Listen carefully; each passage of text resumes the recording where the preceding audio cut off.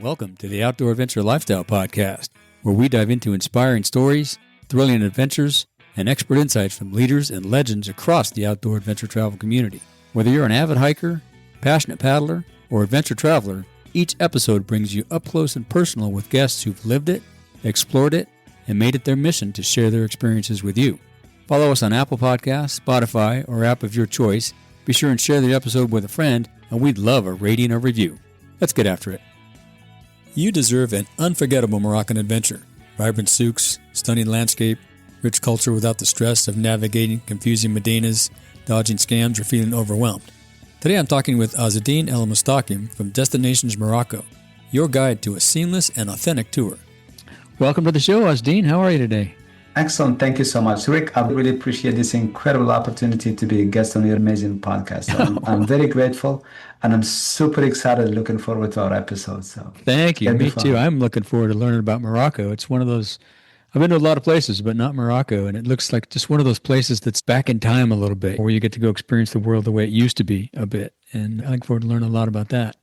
So why don't we start with a short version of who you are, what you do at Destination Morocco, and what kind of travelers do you help the most? My name is Azzedine Elamustakim, and I'm born and raised in the imperial city of Marrakesh, Morocco. My family hails from a small village. It's called Tilwat. It is located in the outskirts of Ouarzazate, and a lot of people may not know Ouarzazate, but they know Ait Ben Haddou. They are familiar with it a little bit, and that's where they have filmed a lot of movies. And Ouarzazate also, they call it a Hollywood of Africa. So there's a lot of the Atlas Studios and many other studios where they make a lot of movies, Netflix, Amazon, and big motion picture movies. So that's what I really come from. And we have a company that we created a decade ago, me and my wife, called Destinations Morocco. And the inspiration behind it, Rick, really was our son, because we do travel quite a bit. We know who we are, we know where we come from, but we really wanted him to know his roots. And it's been really incredible. He's 10 years old now and speaks the language fluently. And I take him with me to shows and conventions, and he actually does a better job than I do. So that's awesome. Super proud, yes. So we created the podcast literally during the pandemic is when we really did a little bit of homework.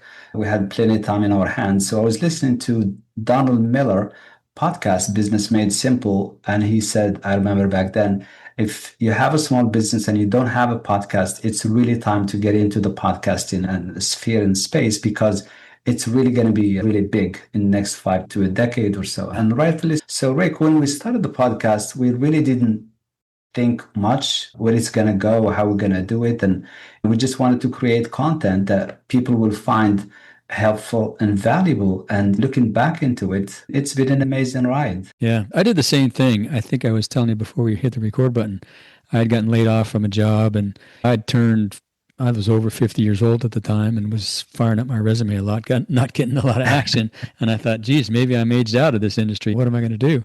And I had just started listening to podcasts at that time. I had a 1-hour one-way commute to work every day. So a lot of windshield time. So listening to podcasts, Tim Ferriss was the one that I listened to the most. And you're right. From that point on, it has just exploded. And it makes sense, because what I tell everybody when I try to sell podcasts and audio in general is, particularly to the outdoor adventure group, everybody's on the go. They're so active and they're doing stuff, and they can't always read your blog or your new magazine article, but they can always stick earbuds in their ear and listen. Absolutely. And I think it's perfect for what you and I do. Thank you. I totally agree, Rick.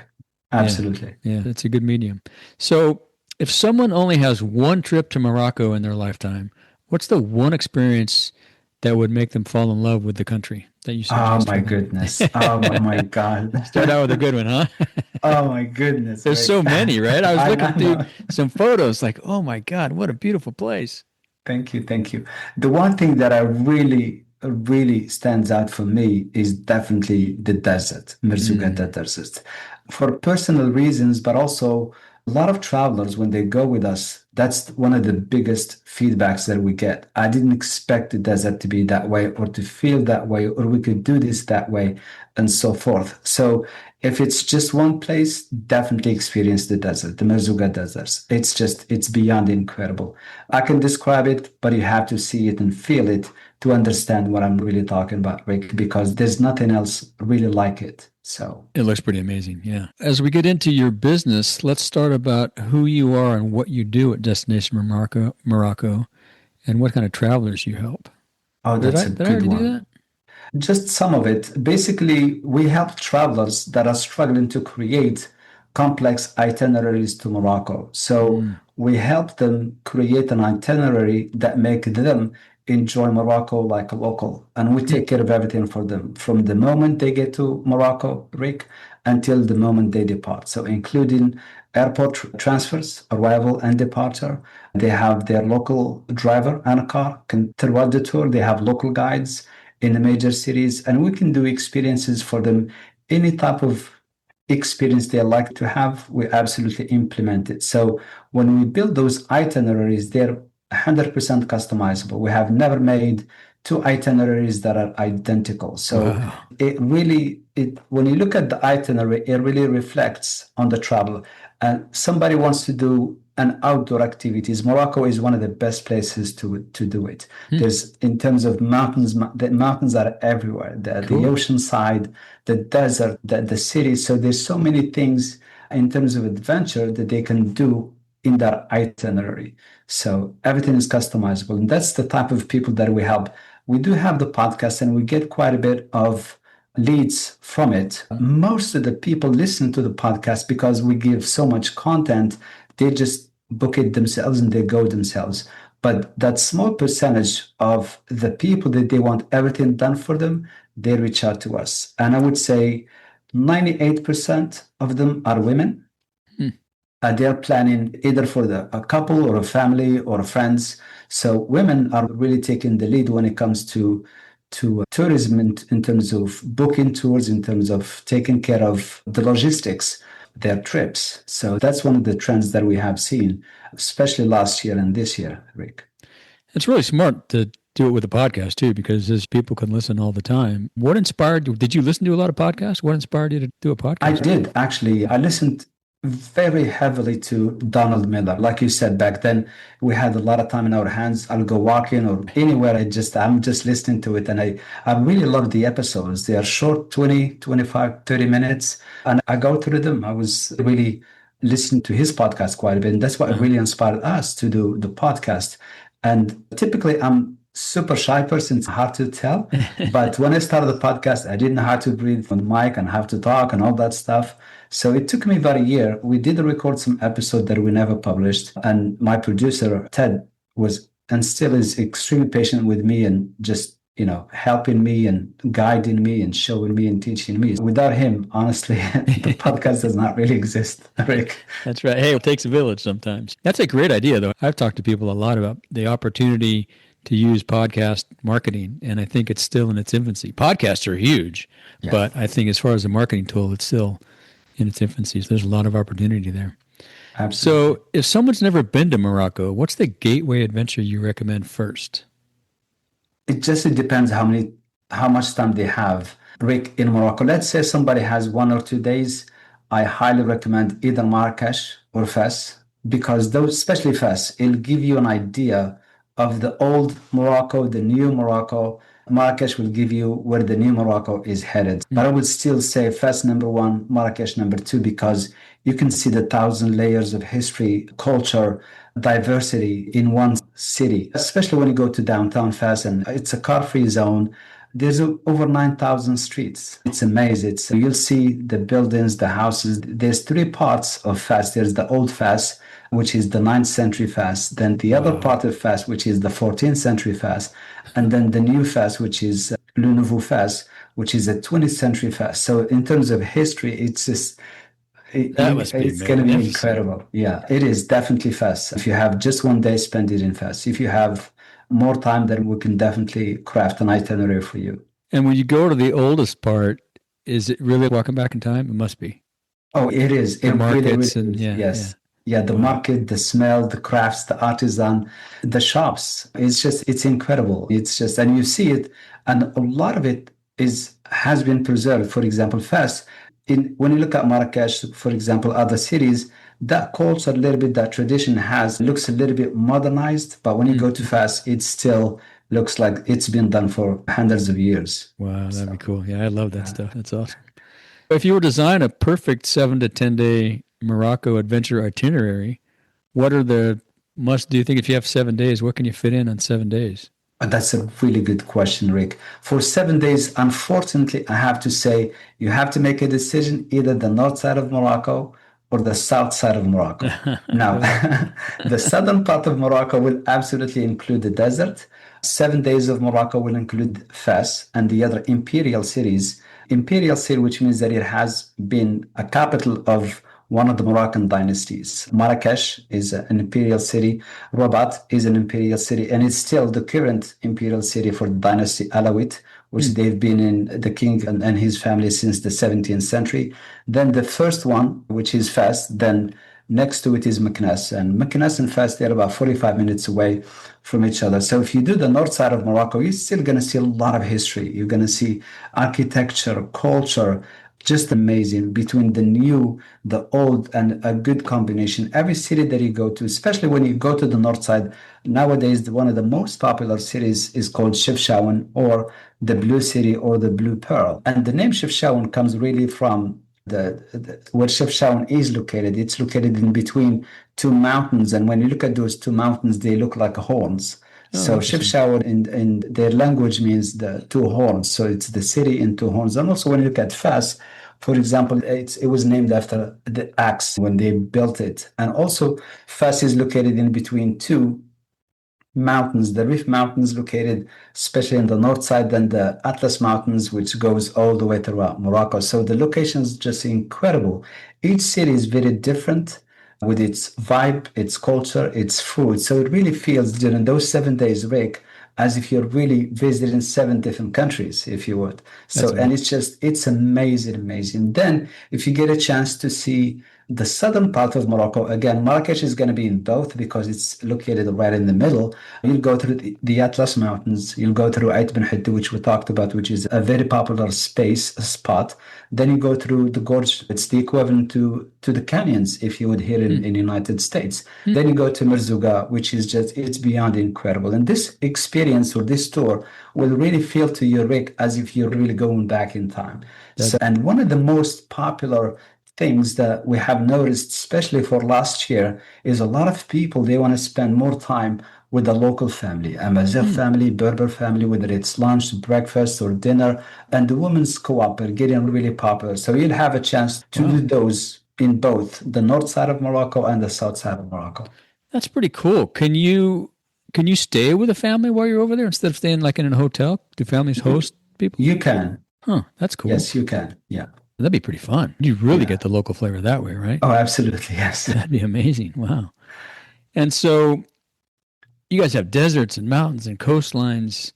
How many days does a trip take?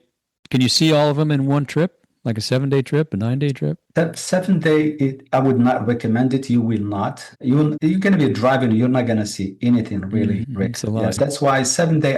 7 to 8 day. I always say split the country into two parts. Do one to this time, then the next time when you come back, you do completely the other experience. That So makes you'll sense. have, yeah, absolutely, absolutely. And if you want to do both, you can. I would recommend a minimum of 10 days.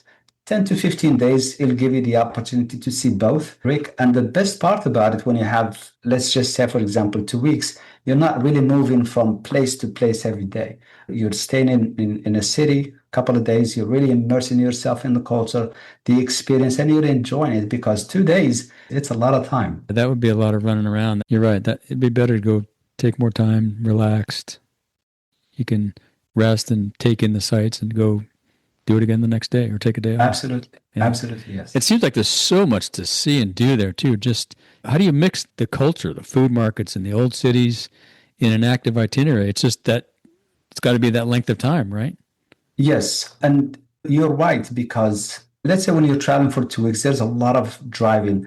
And one of the things that we really noticed is a lot of the travelers, they want everything booked for them, but at the same time, Rick, they want some time to themselves. They don't Right. want the itinerary packed from 8 in the morning until 8 p.m. So they want to have a little bit of flexibility where they can just relax, just be themselves, go to the Medina, and so forth. So we can do, normally we have the morning or the first half of the day planned very good. Then the second half, just something light. Hmm. And that's what we can do something like a tasting food tour, like a cooking Hmm. class, an experience like a henna experience, a spa and hammam experience, just something just makes you relax and things like that. And afterwards, we can do a dinner and a show, whether it's Marrakesh, Chefchaouen, Casablanca, or Fas. And we have nice local dinner and local music. It's really nice.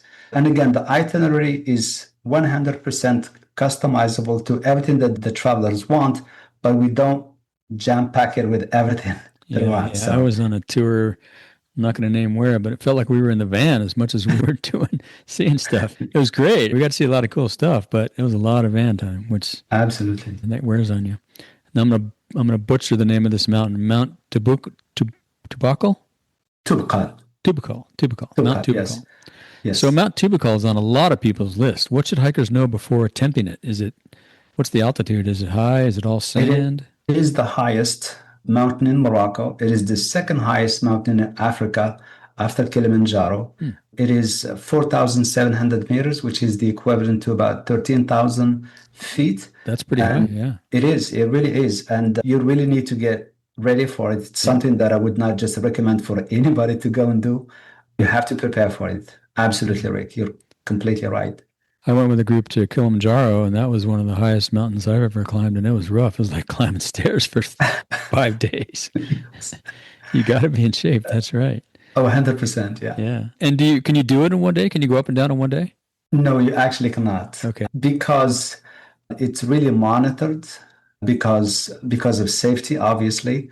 So the way to do it, the closest, let's say we are in Marrakesh, basically we'll take you to Imlil, which is a village in the outskirts of Marrakesh. It's about an Mhm. hour and 20-minute drive, and it'll take you 2 days. And the way that they do it is really nice. So you'll spend the night at the Riyadh. Then the next day, this is what you're going to have with you. You're going to have your chef with you, and you're going to have your local guide with you. You don't go on the excursion on your own. So Mhm. this is really important. So That's you'll smart. have That's how we did those. Kilimanjaro. And we didn't, I Absolutely. misspoke. We didn't do it in one day. We did it in, I don't know, 3 or 4 or 5 days. It was, Absolutely. In Turkal, you can do it in 2 days, but this is the right way to do it. So the first day you depart, it's you, your local guide, and your chef. And then you have a mule to carry everything that you're going to need, the gear and the food and everything. Then you go to the base, which Mhm. is about 4 to 6 hours, depending on the pace that you're going up. And that's where you're going to stay and spend the night. And then you wake up the next day early morning. And that's when you really go for the summit. So when you go to the summit, you'll be there probably for the first half. Then probably around 3 o'clock or so, you need to start descending back to the base, which I would definitely recommend. Or you can go back to Imlil, which is going to be like a Riyadh or a house where you're going to be staying. Hmm. But that's the way to do it. And the best time really to go, Rick, is between September and October because just right after summertime, it's still breezy, it's still nice. And the weather change, you may not feel it as much in the city, but you'll feel it in the mountains. When you get to So elevation, that's right. yeah, that's correct. So, yeah, this year it's been unseasonably cold and Hmm. very wet. Hmm. So, November was very tricky. December, it snowed quite a bit. It hasn't snowed this way in probably over 2 decades. Wow. And they do shut it down, they close it sometimes. Interesting. So, what's the biggest misconception people have about the Sahara Desert experience? Oh, that's a good one, Rick. Because people, they just think they're going to go to the desert, cross it off their bucket list, and they're done. Have a nice walk through the sand. They don't realize what Yes. walking through sand is like. Yes, but here's the thing. When you get to the desert, it's going to be you with a lot of other people that they're going to other camps. In terms of camps, there are dozens and dozens of camps, and they vary between standard, premium to luxury camps. So you leave the base as a caravan, if you would, Rick, and then you go. The ride normally takes about 45 minutes. Then you stop along the way right before the sunset to take photos, make memories, and then you keep going towards your camp. And that's when you're going to see different groups of people go into different directions, Hmm. obviously with the guide of the camel directing them to their specific camp. Then when you get to the camp, they'll greet you with some Moroccan tea, which is just Mhm. incredible. Then you'll have dinner at the camp. Then they'll do some fireworks and local music, which is nice. Oh, Then cool. the next day, you'll have breakfast. And for a lot of people that they're just spending one night, it's time for them to go back and finish their tour. And this is the biggest misconception, because in the desert, you can still be there for 3, 4, or 5 days and not doing the same thing twice. So there's so much things to see and do in the desert that a lot of people really miss out on, just because they think, oh, I'm just going to go and do the camel ride and come back. But it's in actually, that's one of the biggest misconceptions, Rick. So what other kind of things are there to do in the desert? When you get to the desert, obviously, you're going to switch vehicles. The vehicle that he came in, it is a luxury. It's a nice vehicle, but then you switch to a 4x4 that you can do just adventure in the desert, just driving sand, in the sand, basically, in the hills back and forth, and you can do it's a really neat adventure. Then you can go. There are caves that you can go to in the desert where you can see fossils. There's a place, mountains and mountains of fossils. You don't have to dig anything; just pick a rock, split it in two, and it's literally a fossil. And that must be incredibly old. Yes. Oh, it is. It is. And then there's an area where you go and you can see under the French colonization, there are some caves where they used to get minerals and all that stuff. And you can see those, you can visit those. Then there is an area where you can go, where you can see the nomads and their natural villages and habitat. Basically, what you're going to see, literally, Rick, is the women left behind with the kids because they could not make the journey. So the men and young adults, boys and girls, they go with their livestock following water for a period of time that can be probably a few months before they come back again. And you can spend time with the nomads. And sometimes you go, and obviously the tea is very popular. So anywhere you go, Moroccan mint tea is presented to you as a greeting, show of hospitality. And then you can have lunch experience with them. So just this by itself really puts a lot of things in perspective for a lot of travelers, because that's something they see. To some people, it is painful because of they look at just there's nothing in those camps, those tents. It's like, how are they living? But then again, it shows you that a lot of people, they can live very happy with not much things and stuff. So then you can do an experience where you can go to a village where the Gnawa music is played, and it's a village called Khamliya village. And it's specific to Gnawa and the people and the history. I want to talk a little bit, Rick, if I may, about the Gnawa music in Morocco. Gnawa music, it's very popular nowadays. There's the International Festival of Gnawa Music. It's every year, sometimes between June and September, and the artists come to it from all over the world. Now, that's the most popular part of Gnawa, but there's another part of Gnawa that is not as popular, which is the one in Merzouga, specifically in the Khamliya village. And those two groups, they came from the same place. Back in the day, there were no borders between countries. So the nomads, they back in the day, you're talking hundreds of years, maybe. Exactly. We're talking 500, 600 years. Right. So the nomads used to come from sub-Saharan countries, Senegal, Mali, Ghana, all those places. They come into Morocco for trades, and with the herds, they come to Morocco and they trade, they go back again and forth. So that's the route that they have taken. Now, when they start taking the slaves from Africa, some of them, they took them by ships, and Morocco played a big role in here, because Morocco, all those ships, they used to be in Essaouira, because the Essaouira at that time had the biggest port in Morocco. And the ones that came into Morocco in caravans, they came through the Sahara. And some of them, where the slave business finished, they stayed in Morocco in that village, and it's called Khamliya, and they still live there from ancestors. And very interesting. So the Gnawa music in Khamliya village is a little different than the one and even the clothes that they wear is different. But they're singing about their suffering, about all the things that they have gone through and so forth. And it's fascinating, really, the story behind it. So there's so much things to do and see in the desert. It's just not a quick visit going. No, that would be the great way to see it, though. Spend as much time as you can. What are some of the difference in clothing? Oh, that's a good one, Rick. The most noticeable difference is the one in Khamliya, they all look black. In Morocco, we're very diverse, by the way. So we don't see color.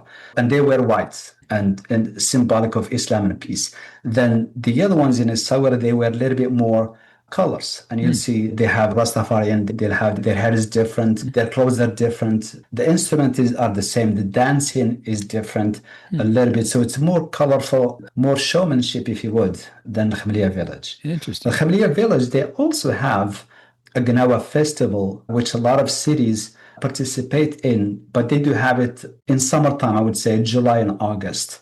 So, yeah. Must be cool to be there for some of the festivals. That must be Oh my wild. God, it is incredible, right? It is beautiful for Can't sure. imagine. Yeah, and the food must be off the charts. Oh yes. Do they eat a lot of meat?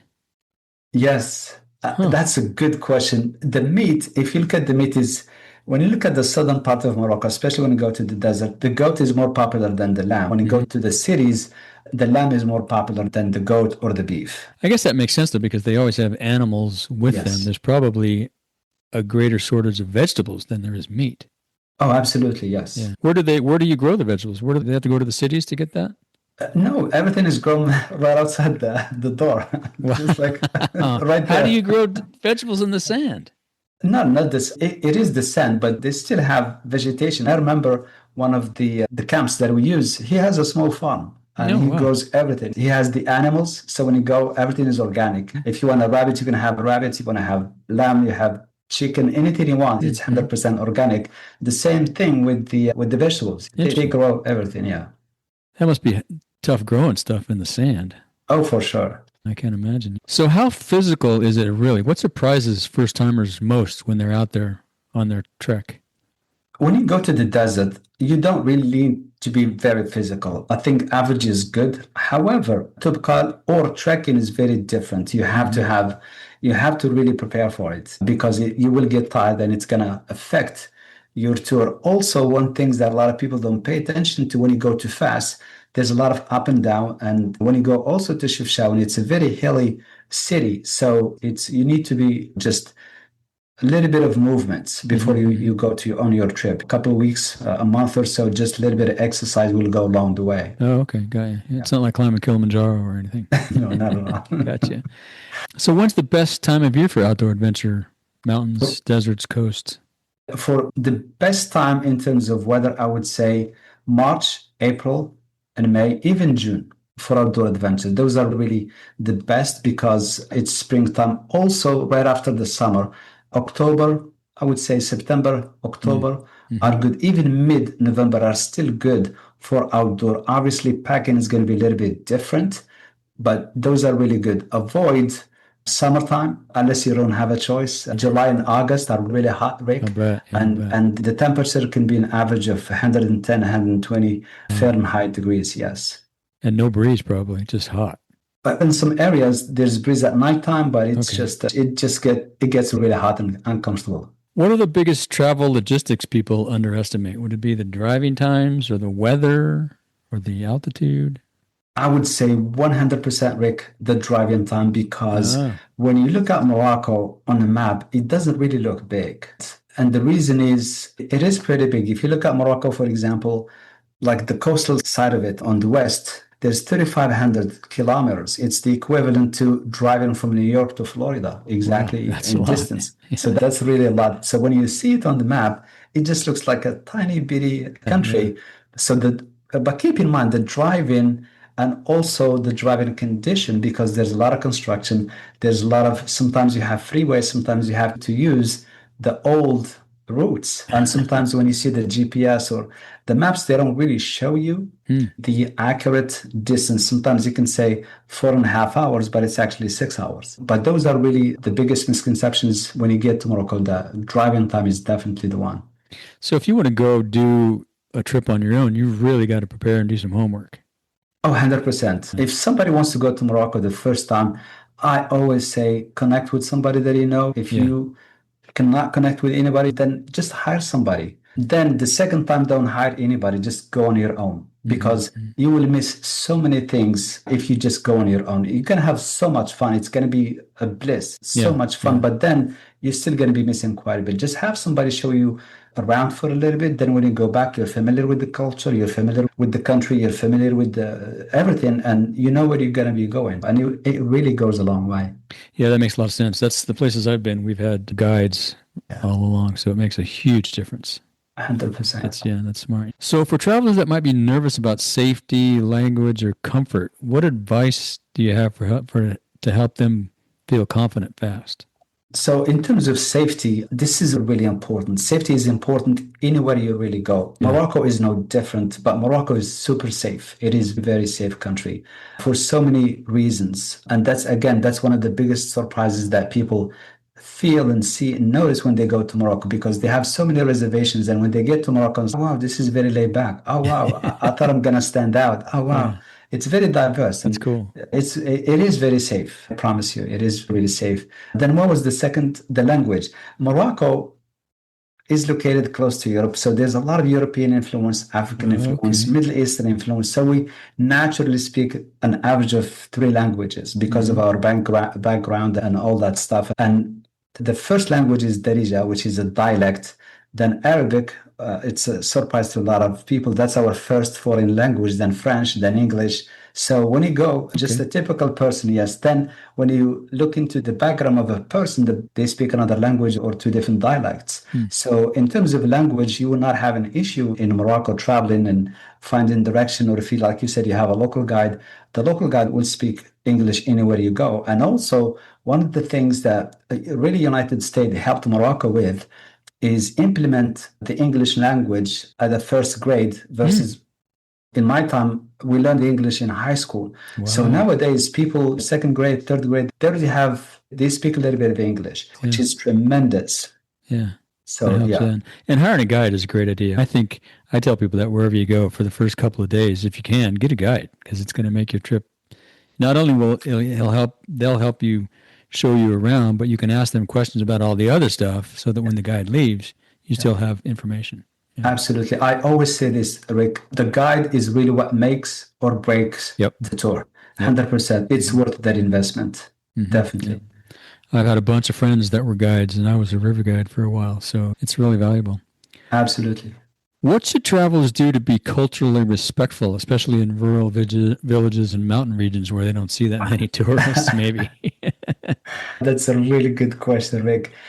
It really depends where they go. And I'll give Mm, you an example. For example, when you go to Eid Ben Hindu, that's where they have made Gladiator 1 and 2, mm. Game of Thrones. They have made over hundreds of movies in that region. Wow. So they're So used to Americans and other people being there. absolutely, Yeah, yeah. absolutely. So when you look at the village by itself, for example, comparing it to my village, which is about 45 minutes away, that village is about 25 years ahead of us because they see tourists every day. Right. When they're making a movie, they're on location for a few months. Mm. So they bump into actors and all kind of stuff and tourists day in and day out. My village is a bit hidden, so we do see tourists, but most of the time they come with somebody inviting them because you cannot find my village on your own. It's very Wow, difficult. So that's cool. you're absolutely right. And some of those cultural mishaps, for example, somebody invites you to their house in a village. It's good to shake the man's hand, but the women just refrain from doing it, even refrain from eye contact. We are used Mm, to making eye contact. Here in the US, we have to make eye contact, but back home it's a little different. With the men, it's good. Taking pictures, for example, with the kids and their moms and stuff, always ask permission. Even in the city, when you're walking around in the Medina and you see something really new at a shop, just ask and say, hey, would it be okay to take pictures? Most people will say yes. Some yeah. will say, pay, and pay Yeah, means right, just a right. couple of bucks. Then you become best friend with the owner. Yeah, and the best way really to avoid those cultural mishaps, I would say, always have said this: when you get to Morocco, wear something that it's local. Soccer is Mm, big in Morocco nowadays, and it hmm. has been for quite some time.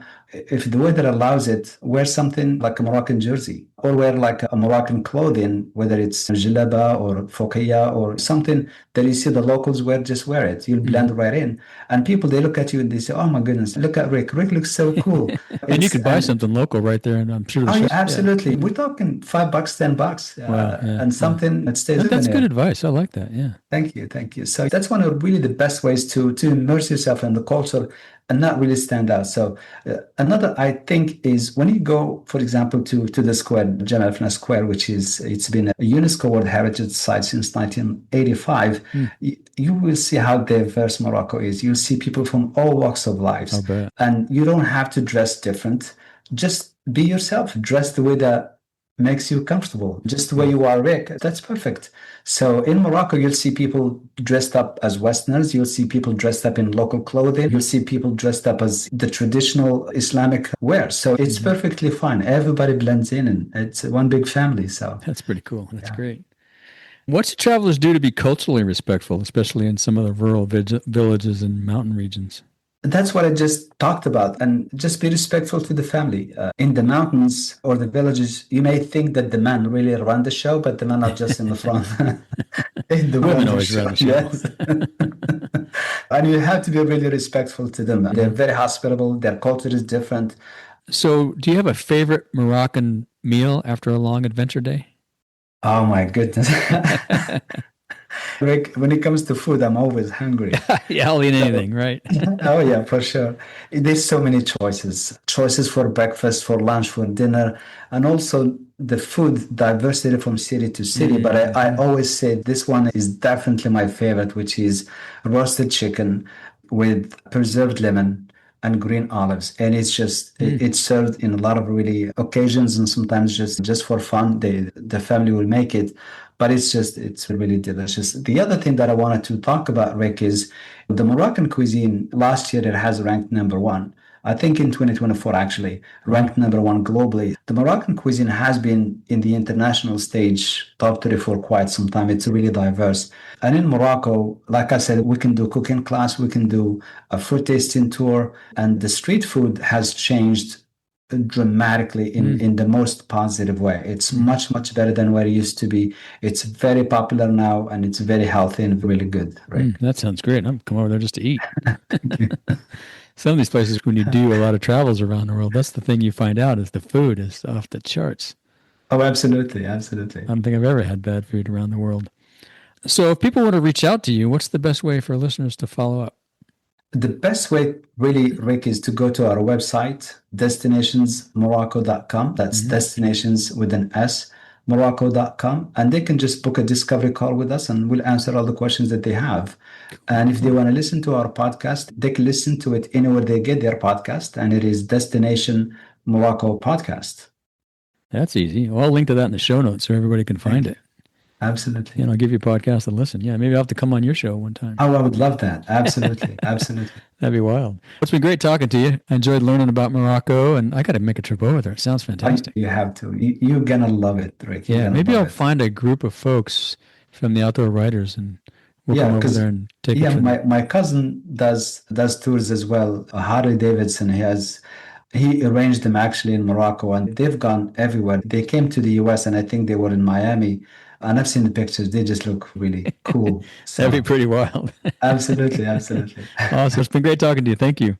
Thank you so much for this amazing opportunity, Rick. Very grateful. Thank you. Thank you for joining us on another episode of the Outdoor Adventure Lifestyle Podcast. Be sure to visit our website, ricksays.com, where you'll find show notes and links to everything we talked about and more.